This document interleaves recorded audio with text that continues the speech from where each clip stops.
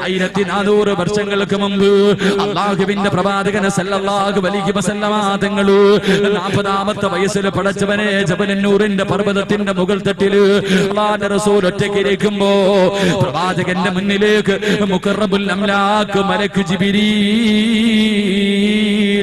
ജിബ്രീൽ അലൈഹിസ്സലാം കടന്നു വരികയാ. അല്ലാഹുവിന്റെ പ്രവാചകൻ എന്റെ പ്രിയമുള്ളവരെ 1.25 മണിക്കൂർ പടച്ചവനെ നടന്നാൽ മാത്രം കേറി പോകാൻ പറ്റുന്ന പർവ്വതത്തിന്റെ ഉള്ളറയില് അല്ലാഹുവിന്റെ റസൂൽ ഇരിക്കുമ്പോ പ്രവാചകന്റെ ചാരത്ത് ജിബ്രീൽ വന്നിട്ട് ഓതി കൊടുക്കുകയാ. അല്ലാഹുവിന്റെ പരിശുദ്ധമായ ഖുർആനിന്റെ 1ാമത്തെ ആയത്ത് ഓതി കൊടുക്കുകയാ. ഇഖ്റ ബിസ്മി റബ്ബിക്കല്ലദീ ഖലഖ് ഖലഖൽ ഇൻസാന മിൻ അലഖ്. അല്ലാഹുവിന്റെ റസൂലിനോട് ഖുർആനിന്റെ 1ാമത്തെ സൂക്തം ഓതി കൊടുത്തിട്ട് അവിടെ ഓതാ പറയുമ്പോ അല്ലാഹുവിന്റെ റസൂൽ പറഞ്ഞു എനിക്ക് ഓതാൻ അറിയില്ല. അല്ലാഹുവിന്റെ റസൂലിനെ തന്റെ ശരീരത്തിലേക്ക് ചേർത്ത് പിടിക്കുകയാണ്. പ്രവാചകന്റെ ശരീരം വേദനിക്കുകയാ. അല്ലാഹുവിന്റെ റസൂൽ ഖുർആൻ ഓതുകയാണ്. എന്നിട്ട് പടച്ചവരെ പർവ്വതത്തിന്റെ മുകൾ തട്ടിൽ നിന്ന് പേടിച്ച് വിറച്ച് കരഞ്ഞുകൊണ്ട് അല്ലാഹുവിന്റെ റസൂൽ ഇറങ്ങി ഓടുകയാണ്. എവിടേക്കാ ഓടി വന്നതെന്നറിയുമോ? എന്റെ പ്രിയമുള്ള പെങ്ങളെ, തന്റെ പ്രിയപ്പെട്ട ഭാര്യയായ ഖദീജ ബീവി റളിയല്ലാഹു തആല അൻഹാ, ഖദീജ ബീവി റളിയല്ലാഹു തആല അൻഹാ അല്ലാഹുവിന്റെ റസൂൽ ഓടി വരികയാണ്. ഖദീജ ബീവിയുടെ മടിത്തട്ടിൽ വന്ന് കിടന്നിട്ട് അവിടുന്ന് പറയുന്നു, സമ്മിലൂനി യാ ഖദീജ,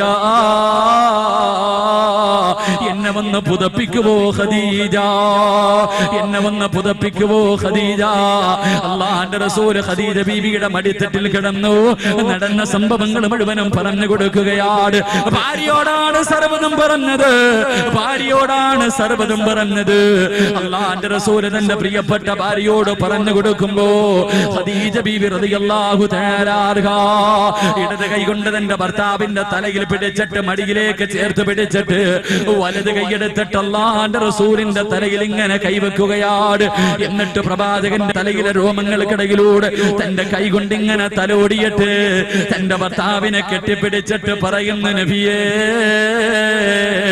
വല്ലാഹി മാ യുഖ്ഫീക അല്ലാഹു അബദാ, പേടിക്കല്ല നബിയേ, പേടിക്കല്ല നബിയേ. നിങ്ങൾ ആരാ നബിയേ? നിങ്ങൾ പാവങ്ങളെ സഹായിക്കുന്നവരാ, യതീമീങ്ങളെ സഹായിക്കുന്നവരാ, കുടുംബ ബന്ധങ്ങളെ ചേർക്കുന്നവരാ. അല്ലാഹു നിങ്ങളെ കൈവിടൂല നബിയേ, അല്ലാഹു നിങ്ങളെ കൈവിടൂല നബിയേ. എന്റെ പ്രിയമുള്ള പെങ്ങളെ, ഖദീജ ബീവി റളിയല്ലാഹു തആല അൻഹയോട് അല്ലാഹുവിന്റെ റസൂലിന് വല്ലാത്ത സ്നേഹമായിരുന്നു. ഖദീജ ബീവി മരണപ്പെട്ടതിന് ശേഷം ഖദീജാനെ കുറിച്ച് പറയുമായിരുന്നു. എപ്പോഴും ഖദീജാനെ കുറിച്ച് ഇങ്ങനെ പറയുമ്പോ ഒരിക്കൽ ആയിഷ ബീവി ചോദിച്ചു, നബിയേ ഈ കിളവിയോട് എന്തേ നബിയേ എത്ര സ്നേഹമെന്ത്? എന്റെ പ്രിയമുള്ളവരെ, ഖദീജാനെ കുറിച്ച് പറഞ്ഞാൽ അല്ലാഹുവിന്റെ റസൂലിന്റെ കണ്ണ് നിറയുമായിരുന്നു, പ്രവാചകന്റെ കണ്ണ് നിറയുമായിരുന്നു. ഖദീജാനെ അത്രയ്ക്ക് സ്നേഹമായിരുന്നു. എന്തുകൊണ്ടെന്നറിയുമോ? എന്തുകൊണ്ടെന്നറിയുമോ? ആരുമില്ലാത്ത സമയത്ത് തനിക്ക് താകമ തണലുമായിരുന്നവളാണ് ഖദീജ. പെങ്ങളെയാ ഖദീജാനെ പോലെ ആകണം പൊന്നുമോള്. എന്റെ പ്രിയമുള്ള ചെറുപ്പക്കാരാ, ആത്മാർത്ഥമായിട്ട് നിനക്ക് പറയാൻ കഴിയുമോ? പൊന്നുമോനെ, നിന്റെ ഭാര്യ നിനക്ക് വല്ലാത്ത ഇഷ്ടമാണെന്ന്, നിന്റെ ഭാര്യക്ക് നിന്നെ ഇഷ്ടമാണെന്ന് നിനക്ക് മനസ്സറിഞ്ഞുകൊണ്ട് പറയാൻ കഴിയുമോ? പെങ്ങളെ, പറയാൻ കഴിയുമോ? വിവാഹം കഴിഞ്ഞിട്ട് കൊല്ലങ്ങളായല്ലോ, 3-4 മക്കളെ പെറ്റല്ലോ, ഇന്നും ആ മനുഷ്യന്റെ കൂടെയാണല്ലോ കിടക്കുന്നത്. നെഞ്ചത്ത് കൈവച്ചിട്ട് പറയാൻ കഴിയുമോ എന്റെ ഭർത്താവിന് എന്നോട് ആത്മാർത്ഥമായി സ്നേഹമുണ്ടെന്ന് പറയാൻ കഴിയുമോ? എങ്ങനെയാ പ്രിയമുള്ളവര്, എങ്ങനെയാ പറയാൻ കഴിയാ?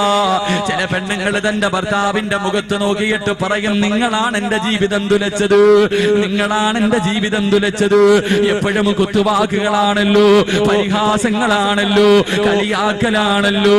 അല്ലാഹുവേ, എന്റെ പ്രിയമുള്ള ചെറുപ്പക്കാരാ, ഇന്നീ സ്വർഗത്തിലിരുന്നെങ്ങാണ് നീ അങ്ങ് മരിച്ചുപോയാ, ഈ സദസ്സിലിരുന്ന് നീ അങ്ങ് മരിച്ചുപോയാ, പടച്ചവനെ നാളെ ദുഹറിന്റെ സമയത്ത് ഇവിടത്തെ പള്ളികൾ കൊണ്ടുപോയി കബറടക്കുകയാ, നിന്റെ ഭാര്യ ഇദ്ദയിലേക്കുകയാ. പണ്ടായിരുന്നടാ ഇദ്ദയിരുന്നത്, പണ്ടായിരുന്നു 14 മാസവും 10 ദിവസവും ഇദ്ദയിരുന്നത്.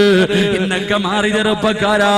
1 മാസം അവള് റൂമിനകത്ത് കയറിയിരിക്കും, 2ാമത്തെ മാസം അവള് മൊബൈൽ എടുത്ത് വാട്സപ്പും ഫേസ്ബുക്കിലും കയറും, 3ാമത്തെ മാസം അത് മടുക്കുമ്പോ വീടിന്റെ വരാന്തയില് ആളിനകത്ത് വെച്ചിരിക്കുന്ന ടിവിയുടെ മുന്നിൽ വന്നിരിക്കും, 4ാമത്തെ മാസം അവള് വീടിന്റെ വെളിയിലിറങ്ങി കല്യാണത്തിന് പോകും.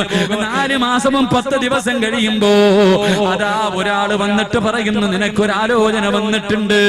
എന്റെ പ്രിയമുള്ള ചെറുപ്പക്കാരാ, നിന്റെ ഭാര്യ എന്ത് പറയും പൊന്നുപോര്? നിന്നെ ആത്മാർത്ഥമായിട്ട് സ്നേഹിക്കുന്നവളാണെങ്കിൽ വാപ്പയുടെ കയ്യിൽ പിടിച്ചിട്ട് പറയുന്നു, ഇനി എങ്ങനെ പറയല്ലേ, മറ്റൊരു വിഭാഗത്തെ കുറിച്ച് എന്നോട് പറയല്ലേ. എന്റെ ഭർത്താവിന്റെ സ്ഥാനത്ത് മറ്റൊരു മനുഷ്യനെ കാണാൻ എന്നെ കൊണ്ട് കഴിയില്ല. അള്ളാഹു എനിക്ക് ഇത്രയേ വിധിച്ചിട്ടുള്ളൂ. ഇനി ഞങ്ങളങ്ങ് ബാക്കി സ്വർഗത്തിൽ കിടന്ന് ജീവിക്കാ എന്ന് പറയുവോ ചെറുപ്പക്കാരാ? പെങ്ങളെ, നിന്റെ ഭർത്താവ് പറയുവോ, നിന്നെ കൊണ്ട് കബറടക്കിയിട്ട് 10 ദിവസം കഴിഞ്ഞ് 20 ദിവസം കഴിഞ്ഞു ഭർത്താവിന്റെ ചാരത്ത് കൂട്ടുകാരൻ വന്നിട്ട് പറയും, എടാ 1ാം വിഭാഗം നടത്തുന്ന ഒരു പെണ്ണുണ്ട്, ആലോചിക്കട്ടെ. എന്താണ് പെണ്ണെ നിന്റെ ഭർത്താവ് പറയുന്ന മറുപടി? അവിടെ നിന്ന് പറയുമടിയാ, 40 ആകാതെ പെണ്ണ് കെട്ടിയ നാട്ടുകാരെന്തെങ്കിലും പറയുമല്ലോ, 40 കഴിയട്ടെ, 40 കഴിയട്ടെ. ഇത്രയേ ഉള്ള പെങ്ങളെ ജീവിതം, ഇത്രയേ ഉള്ള പെങ്ങളെ ജീവിതം. എങ്കിലും ചങ്ങനാശ്ശേരി പഴയ പള്ളിയില് അല്ലാഹുവേ എപ്പോ നിസ്കരിക്കാൻ പോയാലും ഒരു കാഴ്ച കാണുന്നവരാ. 31 വയസ്സുള്ളവര് ചെറുപ്പക്കാരിയായ പെണ്ണ് 7 മാസം ഗർഭിണിയായിരുന്നു. പടച്ചവരെ, മഞ്ഞപ്പിത്തം വന്നിട്ടാ പെണ്ണ് മരണപ്പെട്ടു. വ്യാഴാഴ്ച വൈകുന്നേരം പടച്ചവരെ മരണപ്പെട്ടു. വെള്ളിയാഴ്ച ജുമയ്ക്ക് മുമ്പാണ് കൊണ്ടുവന്ന് കബറടക്കിയത്. അല്ലാഹുവേ, എപ്പോ പള്ളിയിൽ നിസ്കരിക്കാമെന്നാൽ ആ പ്രിയപ്പെട്ട പെങ്ങളുടെ ഭർത്താവ് ആ കബറിന്റെ ചാരത്ത് പോകാതെ തിരിഞ്ഞു പോകാറില്ല.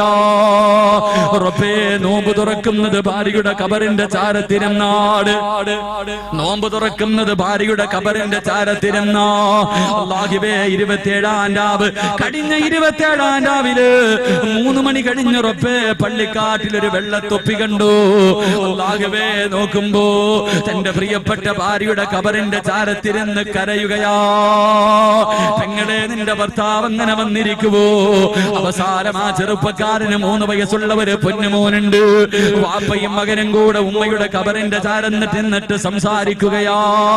അല്ലാഹുവേ, ഞാൻ ആ സഹോദരനോട് ചോദിച്ചു, വേറൊരു വിഭാഗം കടിച്ചുകൂടെ?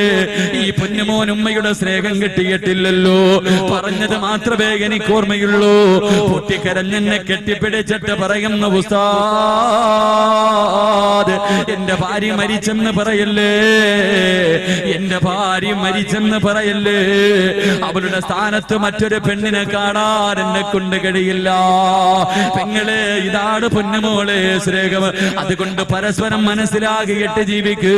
ഓരോ രാത്രിയും ഭർത്താവിന്റെ ചാരത്ത് കിടക്കുമ്പോ ഭർത്താവിന്റെ കയ്യിൽ പിടിച്ച് പൊരുത്തം ചോദിക്കട്, ഭർത്താവിന്റെ കയ്യിൽ പിടിച്ച് പൊരുത്തം ചോദിക്കട്.